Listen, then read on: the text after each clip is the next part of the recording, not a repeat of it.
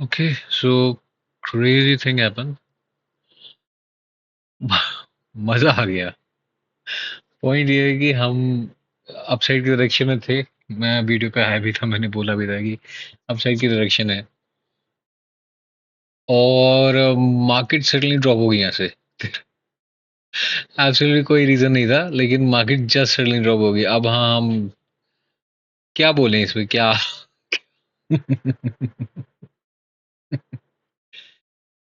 Sorry, लेकिन ये बहुत फनी है क्योंकि कुछ मार्केट, ऐसा लग रहा है मार्केट खुद ही कंफ्यूज है जाना कहाँ है। मैं आपको बताता हूँ क्यों। जब यहाँ पे मूव आया था तो वहाँ पे ये रीजन था कि लिक्विडिटी स्वीप हो चुकी है इस लेवल की, और प्राइस नीचे जा रहा है, ठीक है। और यहाँ पे मैंने बेसिकली एनालिसिस के थ्रू या फिर जो भी अपनी बैक टेस्टिंग होती है, सिंपल था। मार्केट यहाँ तक जाती राइट। मार्केट बीच से ही पलट गई। ओके। मार्केट अब अपना स्ट्रक्चर मेरे को नहीं पता ये बीच से पलटी क्यों, शायद नहीं उसकी वजह से, आई डोंट नो। लेकिन ये बदली तो बायस चेंज हो गए थे ओवरऑल, क्योंकि बायस अपसाइड के थे। रिट्रेसमेंट छोटा हो गया यहाँ पे, कुछ अजीब हुआ, मार्केट यूजुअली ऐसे नहीं चलती, तो फिर वो भी ठीक है। वो भी एकदम ठीक है, हम मानते हैं कि ठीक है, यहाँ पे भी चीजें होती हैं फिर। अब जो सेकंड पॉइंट आया हमारा वो ये आया, मार्केट को ऊपर जाना था, राइट। जब मार्केट हम यहाँ पे डाउन साइड के लिए थे, लेकिन मार्केट ने जब इसको स्वीप कर लिया तो हम समझ गए मार्केट का जो अपसाइड का डायरेक्शन है। आरली पीवाई यहाँ पे हमने कुछ यहीं से अपना ट्रेड ले रखा था। आरली पीवाई बना, मार्केट टैप करने आया, ओके गुड। आरली पीवाई बना, मार्केट टैप करने आया, ओके गुड। मार्केट ऊपर चढ़ रहा है, ऊपर चढ़ रहा है। आरली पीवाई अगेंस्ट में बना। खतरे वाली बात है नहीं। खतरे वाली बात तब होती जब मार्केट अपना ये जो आरली पीवाई है इसको रिस्पेक्ट करता और टैप करके नीचे जाता। मार्केट ने ये भी तोड़ दिया, और इसको तोड़ने के बाद बेसिकली जब मार्केट ये तोड़ रहा है तो इंडिकेशन ये है कि मार्केट यहाँ से ऊपर ही जाएगा।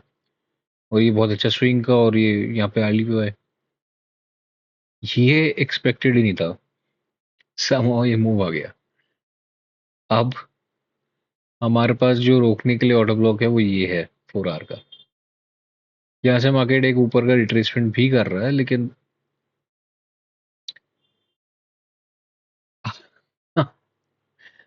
यहाँ पे आप किस बेस पे ट्रेड लोगे? कोई भी यहाँ पे किस बेस पे ट्रेड लेगा? ना पैटर्न समझ आ रहा, कुछ भी समझ नहीं आ रहा। हम ओटी के लेवल से कि अच्छा यहाँ पे ओटी बना है, और ये प्रीमियम, ये डिस्काउंट, डिस्काउंट पे आ गया। लेकिन अगर ये डिस्काउंट तोड़ दे तो, अगर अब हमारे पास ओटी लेवल सिंपल ये निकल के आ जाए, फिर प्रीमियम, या फिर क्या ट्रस्ट करें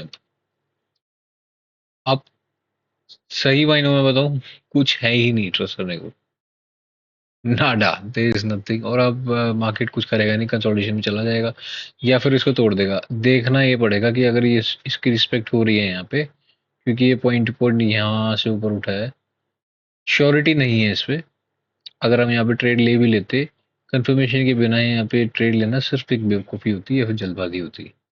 क्योंकि डायरेक्शन अपसाइड के हैं तो यहाँ से ट्रेड सेंस तभी बनाएगा जब यहाँ से एक डिस्प्लेसमेंट अब दिखे।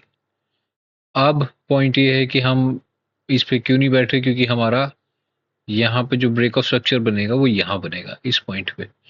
और इतनी ऊपर से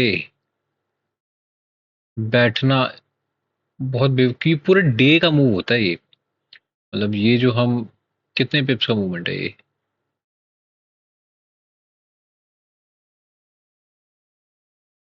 ये जो मूवमेंट है वो तकरीबन 250 पिप्स का मूवमेंट है यार। पूरे डे का मूवमेंट ऑलमोस्ट होगा ये। मतलब किसी किसी दिन का इतना बड़ा, जैसे कल के दिन का मैं बताऊं, ये अभी भी ये जो रेंज बनी है हमारी, ये अभी तो हम ये कहेंगे कि यार रेंज बनी है, एक्विजिशन हो गया और ये सब। लेकिन जब ये हो रहा होता है, जब ये अपने पीओ से रिस्पेक्ट कर रहा होता है, तो मार्केट बहुत स्मूथली चल चल रहा होता है।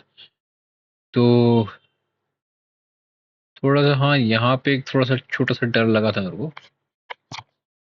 लेकिन तभी मैं डरा नहीं था, क्योंकि ओवरऑल बाइस पता थे सब उसमें तो, और ऐसे मूवमेंट्स कोई नए नहीं है मार्केट के लिए, यूजुअली ऊपर चला जाता है। और तब भी मैंने एसएल काफ़ी सेफ रखा हुआ था अपना, बियॉन्ड दिस पॉइंट रखा हुआ था शायद। इतना बड़ा एसएल बहुत मुश्किल हिट होता है, लेकिन इस पॉइंट में क्या हुआ, ट्रम्प भाई साहब आ गए। उन्होंने कहा अब हम जंग की तैयारी करेंगे, बड़ी जंग की। ठक। फॉरेन कंडीशन यूजुअली बायस अपसाइड के होते हैं, तो बायस अभी मेरे इसलिए चेंज नहीं है। दूसरा, इसने 4 आवर को बहुत अच्छे से रिस्पेक्ट किया है। अब मैं ये देखूंगा कि क्या ये स्वीप हो रहा है। अगर ये स्वीप हो रहा है तो मेरे लिए अच्छी बात है, क्योंकि फिर मैं, जैसे आर्ली पीओआई अब इसने यहाँ पे बना दिया, तो अगर ये स्वीप हो गया है, नीचे चला गया, तो मैं एक एंट्री ढूंढ के यहाँ पे, यहाँ तक नहीं, अब मैं नीचे तक के साइड बैठना प्रेफर करूंगा। लेकिन ये जो मार्केट है, ये बिल्कुल भी रिलाय करने वाली लग ही नहीं रही अब। हाँ, मुझे ऐसा लग रहा है कि क्या पता, क्या मैं बीटीसी में जाऊं क्या है। देखो, बीटीसी बेटर वो कर रही है, मेरे को डीएक्सवाई से ज़्यादा बीटीसी बढ़िया लग रही है। देखो, मैंने उस दिन कहा था कि मार्केट अगर ऊपर जाना चाहता है, और सॉरी रिट्रेसमेंट ले रहा है, तो एटलीस्ट यहाँ तक की रिट्रेसमेंट लेगा, उसमें भी 4 आवर पे। यहाँ पे कुछ ये रहा, 4 आवर पे ये हमारा पॉइंट था। बस दिक्कत इसमें ये है कि इन जगहों पे जो 4 आवर पूरा स्वीप हो जाता है यहाँ पे, ये 4 आवर हमारा स्वीप हो गया। जब सेम कंडीशन, वैसे ये इंटरनल स्ट्रक्चर है तो आप यहाँ तक मान सकते हो, लेकिन जब ऐसी कंडीशंस डीएक्सवाई में होती है, तो दिमाग में सिर्फ एक चीज़ आती है कि यार बायस चेंज हो गए हैं। लेकिन यहाँ पे ये चीज़ें कहना बड़ा मुश्किल रहता है। ऑल्दो प्राइस ने यहाँ पे अपना वो दिया है एक्सटेंशन, बेसिकली यहाँ पे जब आप बैठते हो तो आपने एक्सटेंशन ढूंढा, और यहाँ पे आप ट्रेड प्लेस कर सकते हो, विच इज़ स्टिल फाइन। लेकिन बहुत ज़्यादा ट्रस्ट इसमें होता नहीं है। दूसरी बात, ये बहुत ज़्यादा वॉलेटाइल है। जैसे डीएक्सवाई अभी इतना बेकार मूव कर रहा है ना, मुझे लग रहा है मुझे बीटीसी में ही शिफ्ट होना चाहिए। बस पॉइंट ये है कि मैं स्विंग ट्रेडर हूँ, मैं घड़ी घड़ी चेक नहीं करना चाहता, कोई पॉइंट नहीं लगता मेरे को। तो ये है, एक्सी यूएसडी में बहुत अच्छा मूव आया अपसाइड के लिए। दिक्कत इसमें एक हुई है, और वो क्या हुई है मैं बताता हूँ, एक मिनट। ये अपने डेली पीओआई से ऊपर जाना था, ठीक है, डेली पीओआई से ऊपर गया है। इसको हम रिफाइन करते हैं यहाँ पे। बेसिकली ये जो डेली है, ये लास्ट लाइन ऑफ डिफेंस की तरह ही फिलहाल काम कर रहा है। This is nothing to hold on to, कुछ है ही नहीं पकड़ने के लिए, या फिर उस चीज़ के लिए कि हम अब ट्रेड कहाँ से आएगा कहाँ से नहीं आएगा। ये रहा, सिर्फ यही पॉइंट है जहाँ पे हम ट्रस्ट कर सकते हैं। प्राइस ने इसको टैप किया है, वो भी एक, दो और 3 बार टैप किया है इसको। अब जब ये बार बार टैप हो रहा है, तो दिमाग में कई सारे क्वेश्चंस आते हैं। ये DXY की मूवमेंट के अगेंस्ट आया है, तो इस वजह से अपसाइड है। हर ट्रेड का यही हाल होगा अभी। यूरो CHF समहाउ बच जाता है इन इम्पल्सिव मूव से। यूरो CHF पे कोई खास फर्क नहीं पड़ता।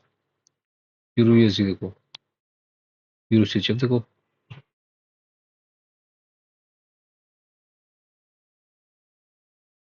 तो अब वाकई नहीं पता कि प्राइस किस डायरेक्शन में क्या करेगा। हमें यहाँ पे अब वेट करना पड़ेगा, हमें बस कोई ऑप्शन नहीं है। हो सकता है ये नीचे से काट दे, हो सकता है ना काटे। स्ट्रक्चर जैसा बनेगा वैसा देखना पड़ेगा, लेकिन ये सुई की तरह ये शार्पली गिर रहा है, this is not done, it's not right. Hope it helps.